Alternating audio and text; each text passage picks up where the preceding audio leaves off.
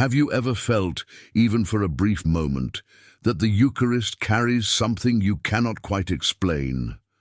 A quiet tremor in the soul, a whisper in the heart, a subtle pull inside you, just as you step forward in the communion line.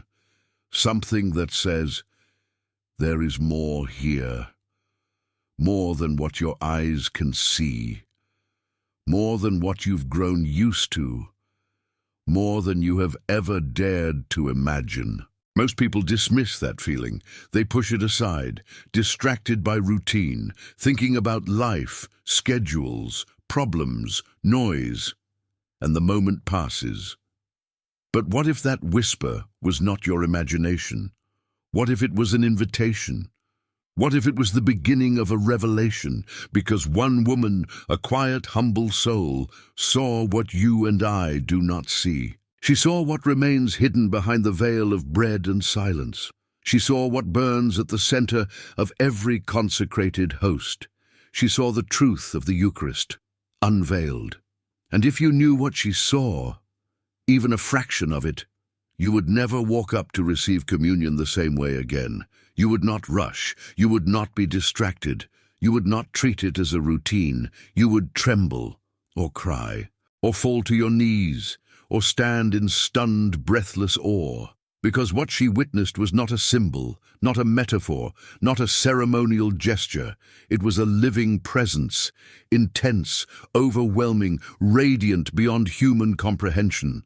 A presence that watches you, a presence that knows you, a presence that gives itself to you with a love that is more real than the ground beneath your feet. And today, in this video, you are going to step closer to that mystery, not as a theologian, not as a scholar, not as someone reciting what they memorized in catechism, but as a simple human being trying to understand why this sacred act, receiving the Eucharist, has the power to transform a life from the inside out. Because the truth is this: if your eyes could see what the saints saw in the Eucharist, your heart would break from the weight of love. And today, in this video, you are going to step closer to that mystery, not as a theologian, not as a scholar, not as someone reciting what they memorized in catechism, but as a simple human being trying to understand why this sacred act, receiving the Eucharist, has the power to transform a life from the inside out. Because the truth is this: if your eyes could see what the saints saw in the Eucharist, your heart would break from the weight of love. Your soul would ignite with a fire you couldn't extinguish, and you would long for Jesus in a way you never knew was possible. In these next minutes, we're going to walk together into a spiritual territory that many avoid, many fear, and many simply never think to explore. A territory where heaven touches earth, where eternity breaks into time, where God hides himself in silence and yet speaks the loudest through that silence. You are going to discover what the saints perceived during the consecration, what truly happens the moment the priest lifts the host, what Jesus feels when someone receives him with love, and what he feels when someone receives him with indifference, why some people experience sudden peace, clarity, or tears after communion, and why your manner of receiving the Eucharist can open the floodgates of grace or close them. And before we continue, this is the moment I invite you to subscribe to the channel, not for numbers, not for algorithms, but because this channel exists to guide souls into deeper mysteries of the faith, the mysteries that saints lived, that heaven tried to reveal, and that our hearts are starving to understand. If you want to dive into revelations like this one, if you want to strengthen your spiritual life, if you want to rediscover the fire of God within you, make sure to subscribe now, so you never miss the videos that can transform your relationship with the divine. Now, take a breath, because from here on we go deeper. No noise, no distraction, just you and the mystery that the saints saw. The mystery inside the host. In a moment, you will begin to understand why some saints couldn't stop crying after receiving communion, why others felt a burning in their hearts for hours afterward, why a few would fall silent for long periods, unable to speak, why some felt Jesus embrace them from within, and why others trembled under the weight of such unimaginable love. What Saint Faustina saw was not meant only for her. It was meant for every soul willing to listen. And today, that includes you. This is the beginning. What comes next will take you even deeper into the unseen reality that surrounds every Eucharist. The reality few ever recognize, but that has the power to transform everything. If you truly want to understand why the Eucharist will never again be just a ritual, you need to step into a moment that most people overlook, the moment of the consecration. We sit, we stand, we kneel, we respond. We follow the motions of the Mass, often without thinking. But heaven does not follow motions. Heaven responds to mysteries. And the moment the priest lifts the host and pronounces the words that Christ spoke at the Last Supper, words that have echoed through centuries, words that carry the entire weight of salvation, something happens. Something real, something cosmic, something terrifyingly beautiful, and most of us never notice. But the saints, they saw. And you're about to understand what they saw. There is a veil between heaven and earth, a thin, delicate veil that protects human eyes from realities too radiant, too holy, too overwhelming to bear. During the consecration, that veil does not disappear, but it trembles. It becomes almost transparent, as if heaven is leaning forward, pressing its face against the boundary between time and eternity. It is the moment when everything silent becomes alive. Everything invisible becomes near. Everything ordinary becomes sacred. And the host, a simple piece of white bread, begins to shine, not to the human eye, but to the spiritual world.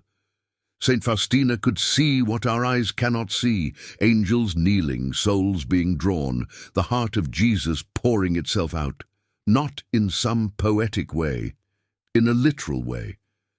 This is where the mystery begins to unfold. Imagine standing in front of someone who loves you more than anyone ever has.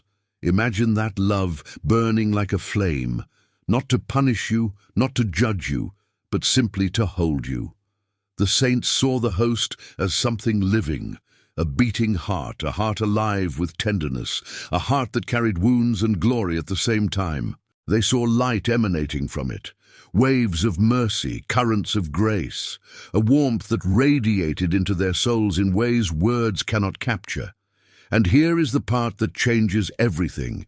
Jesus is fully present in the Eucharist, not in a figurative way, but in a way more real than your own body, more real than the person sitting next to you at Mass, more real than the world you touch, taste, and smell. This is why the saints trembled. This is why they cried. This is why they fell silent. If you could see what Faustina saw, you would fall silent too. Most people think Jesus is present in the host, but presence is only the beginning. In every Mass he is offering himself again, not dying again, not suffering again, but giving the fruit of his sacrifice with full intensity. The saints saw this. They saw that when the priest elevates the host, Jesus is not distant. He is not symbolic. He is not a memory. He is actively giving himself with the same love he gave on Good Friday, not in pain but in sacrifice, not in agony but in offering, not in distance but in absolute closeness. A love so strong it almost breaks the soul that dares to receive it consciously. If you knew what he offers in that moment, your heart would ache at the thought of approaching the altar casually. Here is something most people never reflect on. You look at the host, but the host looks at you. Jesus sees every soul that steps forward in the communion line. He sees the intention. He sees the wounds. He sees the fear. He sees the love, or the absence of it. And the saints describe something stunning. Jesus receives you with far more desire than you receive him. Imagine someone running toward you with arms wide open, someone who has been waiting for you, longing for you, aching for even one moment to be close to you. While you walk toward him slowly, distracted, thinking about your week, murmuring the hymn, glancing around the church. This is what the saints saw: Jesus longing, Jesus waiting, Jesus burning with desire for souls who often do not even look at him. And yet, he gives himself anyway, fully, completely, without holding anything back. Because love that is real does not wait for perfection. It gives itself even to the distracted, the wounded, the cold, the hesitant, the tired, the confused. This is why the Eucharist is the greatest miracle of love on earth. Not everyone receives the same grace at communion. Why? Because the Eucharist is perfect love, and perfect love responds to the openness of the heart. When you approach filled with faith, the host becomes fire. When you approach cold, the host becomes a subtle call to awakening. When you approach wounded, the host becomes healing. When you approach with sin, the host becomes a quiet invitation to return to confession and be restored. When you approach with love, the host becomes an explosion of grace that reaches parts of your soul you didn't even know needed healing. And the saints saw something even more profound. Jesus adapts his presence according to the soul that receives him. To the fearful he becomes peace, to the grieving he becomes comfort, to the tired he becomes rest, to the guilty he becomes mercy, to the lonely he becomes companionship, to the cold-hearted he becomes a gentle flame. He gives each soul exactly what it can bear and exactly what it needs. This is why no saint ever received the Eucharist the same twice. Every encounter was a new grace, a new healing, a new moment of intimacy with Christ. Imagine if every communion you ever received was meant to carry a different grace that you never realized was there. Because that is exactly what the saints witnessed. If you knew what Saint Faustina saw, you wouldn't hurry through Mass anymore. You wouldn't receive the Eucharist out of habit. You wouldn't forget the one who is waiting for you. You would walk forward as if walking towards someone who loves you more than anyone ever has. You would approach the altar with a heart ready to be changed. You would let him see you, truly see you. This is the invitation of the Eucharist, to be seen, to be loved, to be restored, to be transformed in ways you cannot imagine. And now that we have taken the first steps into this mystery, we are ready to go deeper, much deeper. What comes next will open your eyes even further to what happens inside your soul the moment you receive him. Something no microscope can detect, no scientist can analyze, and no ordinary human eye can see. But the saints saw it. And soon, in the next block, you will too. There is a moment so brief, so quiet, so delicate, that the entire spiritual life of a person can shift in a single heartbeat. It is the moment the host touches your tongue, or the moment it rests in your hands, the moment you whisper Amen, even if only in the silence of your heart. Most people never think about this instant. They rush past it, swallow quickly, return to their pew, kneel mechanically, and wait for the Mass to move on. But that instant, so small you barely notice it, is the most powerful moment your soul will experience on earth, because in that instant, he enters you. Literally, truly, physically, spiritually, eternally. The veil is torn. Heaven touches your soul. The Creator steps inside his creation. The one who spoke the universe into being rests within the fragile silence of your heart. If you knew what Saint Faustina saw, you would never be casual again. Let me show you why. The saints describe something that seems almost unbelievable. Inside the soul, the Eucharist begins working instantly. Not slowly, not later, not if you feel something, not only when you are emotional, instantly, like a fire entering a dark room, like a light flooding a hollow space, like water soaking into dry ground. Grace moves. Mercy spreads. Love penetrates the deepest corners of your interior world. Every fear, every wound, every memory, every secret sadness, every hidden hope. Every part of you is suddenly touched by the presence of Christ. Some saints saw Jesus walking through the soul as if walking through a wounded house, touching broken beams, rebuilding shattered rooms, opening locked doors, bringing a tender warmth into cold, forgotten spaces. Others felt him like a flame, burning away what was dead, purifying what was heavy, softening what was rigid, igniting what was idle. And some felt nothing at all. Yet Jesus was working just as deeply, because grace does not depend on emotion.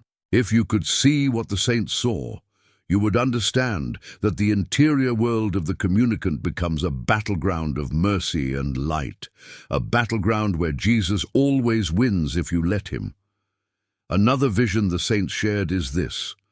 When you receive the Eucharist, angels surround you in reverence, not metaphorically, not as a comforting image, but as a real event in the spiritual world. Because they see him. They see the glory contained in the host. They see the King of Heaven enter a fragile human soul. And they kneel, not before you, but before him who just made your heart his resting place. If you knew this, if you saw even 1 second of what heaven sees, you would not rush back to your seat. You would not be distracted. You would not let your mind wander. You would realize that you are, in that moment, the living tabernacle of God. The Eucharist always brings grace, always. But not every heart opens to receive it. Here is what the saints understood. The Eucharist gives as much as the soul is willing to receive. Imagine standing beneath a waterfall. If your hands are closed, you receive little. If your hands are open, you receive more. If your arms are stretched wide, you receive without limit. This is how the Eucharist works. The host contains infinite grace, but the human heart decides how much of that infinity it will allow in. This is why preparation matters. This is why intention matters. This is why reverence matters, not because God limits you, but because you limit him. When the saints approach the Eucharist, they open their souls wide. They let Jesus enter every corner. They allowed him to transform, rebuild, and ignite. This is why their lives changed. Not because they were special, but because they were willing. You can have that too. It is not reserved for mystics. It is not reserved for visionaries. It is not reserved for those who feel things. It is for you, if you open your heart. One of the most beautiful truths about communion is this. Most of the work Christ does in you happens in silence, invisibly, over time.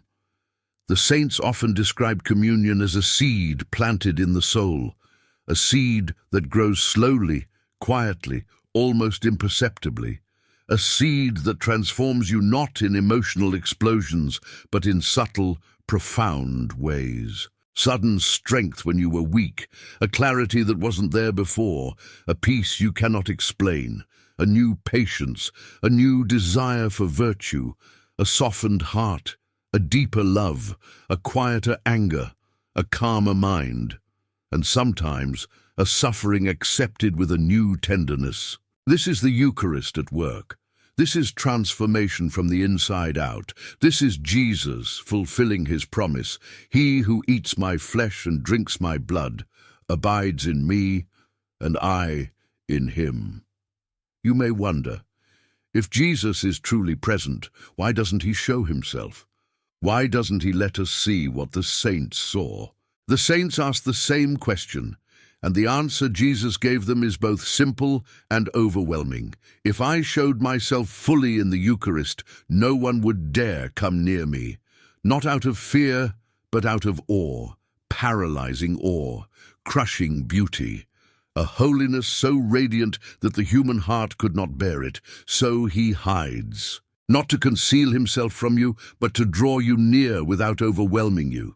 He hides so that you can approach freely. He hides so that love can be chosen, not forced. He hides so that the smallest, weakest soul can hold him without fear. He hides so that you can receive him, not as a king who terrifies, but as a God who loves. The saints understood this. And when you understand it, your relationship with the Eucharist changes forever. The Eucharist does not stop working when you leave the church. Jesus remains with you, truly, for as long as your soul remains receptive. Some saints experienced his presence for minutes, others for hours, others for days. Some felt it, some did not. But the grace was there. Every communion is a new chapter in a long story of transformation that God is writing within you, a story that will not be fully visible until heaven. And when you stand before him one day, you will see every communion mattered. Every communion changed you. Every communion shaped your soul into the person you were created to be. If you knew what Saint Faustina saw, you would understand that you never walk away from communion unchanged. Never. You cannot unhear what you have heard. You cannot unknow what has been revealed. You cannot return to routine. Now you know the Eucharist is alive. The Eucharist is personal. The Eucharist is transformative. The Eucharist is Jesus, giving himself to you not as an idea, not as a symbol, but as a person who longs to be loved. So I ask you, how will you receive him next time? Will you walk casually, distracted, rushed, or will you come to the altar with eyes open, soul ready, heart awake, knowing that heaven itself bends low as you approach? Because if you knew what Saint Faustina saw, you would take every step toward the host, as if walking toward the very heart of God. Because that is exactly what you are doing.